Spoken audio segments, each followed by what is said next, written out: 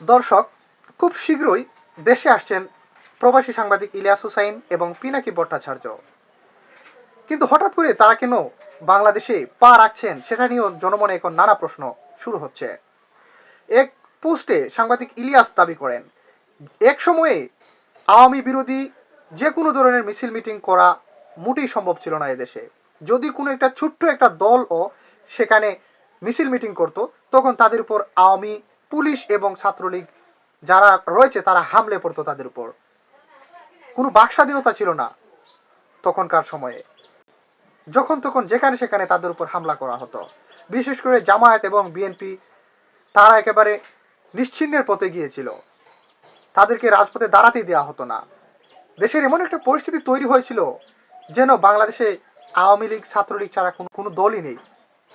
এমন একটা পরিস্থিতিতে বিগত 16 বছর ফেসিবাদ কায়েম করেছিল শেখ হাসিনার আওয়ামী লীগ সরকার। কিন্তু বর্তমানে তারা কোথায়? বর্তমানে এই যে ধানমন্ডি 32-এর বাসা ভেঙে ফেলা হলো, গুড়িয়ে দেয়া হলো, কোথায়? কোথাও তো একটা আওয়ামী লীগের একটা জটিকা মিছিল পর্যন্ত দেখা গেল না।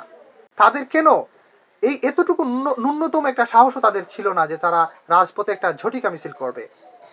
সাংবাদিক ইলিয়াস আরো বলেন যে আগে তারা বলতো বিজিবি এবং সেনাবাহিনী পুলিশের কড়া পাহারায় তারা বলতো যে খেলা হবে বলে বিএনপি এবং জামাত ইসলামের লোকদের উপর তারা হামলা চালাতো, তাদেরকে ঘুম খুন নির্যাতন নিপীড়ন তারা চালিয়ে যেত, আর তাদেরকে বলা হতো সাহসী। কিন্তু বর্তমান সময়ে রাজপথে একটা ঝটিকা মিছিল করার তারা সাহস পাচ্ছে না।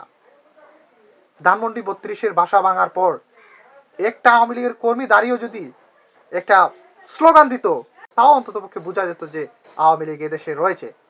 কিন্তু একটা স্লোগান তারা দিতে পারেনি।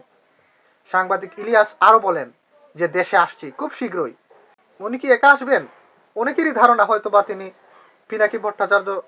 পিনাকি ভট্টাচার্য সহ আরো অনেকেই ওনার সাথে দেশে আসবেন। দেশের এই ফেসিবাদের উত্থান এবং তাদেরকে সমূলে উৎপাটন করা, এর জন্য ত্যাগী এবং আদর্শ দেশপ্রেমিক নাগরিকের খুবই প্রয়োজন। বর্তমান সময়ে ছাত্ররা হামলার শিকার হচ্ছে, বিএনপি জামাতের লোকেরাও হামলার শিকার হচ্ছে, এবং গতদিন একটা ছাত্রকে গুলি করে হত্যা করা হয়েছে। এই যে একটা উদ্ভট পরিস্থিতি তৈরি হয়েছে, বিপ্লবীদের রক্তে আবারও রঞ্জিত হচ্ছে রাজপথ। এই ফেসিবাদীদের যদি আইনের আওতায় না এনে সুষ্ঠু একটা বিচার না করা হয়, তাহলে এভাবেই বিপ্লবীদের রক্তে রঞ্জিত হবে রাজপথ। কিন্তু এর কোনো সুষ্ঠু সমাধান না হওয়ার জন্য আজকে এগুলা চোখে দেখতে হচ্ছে।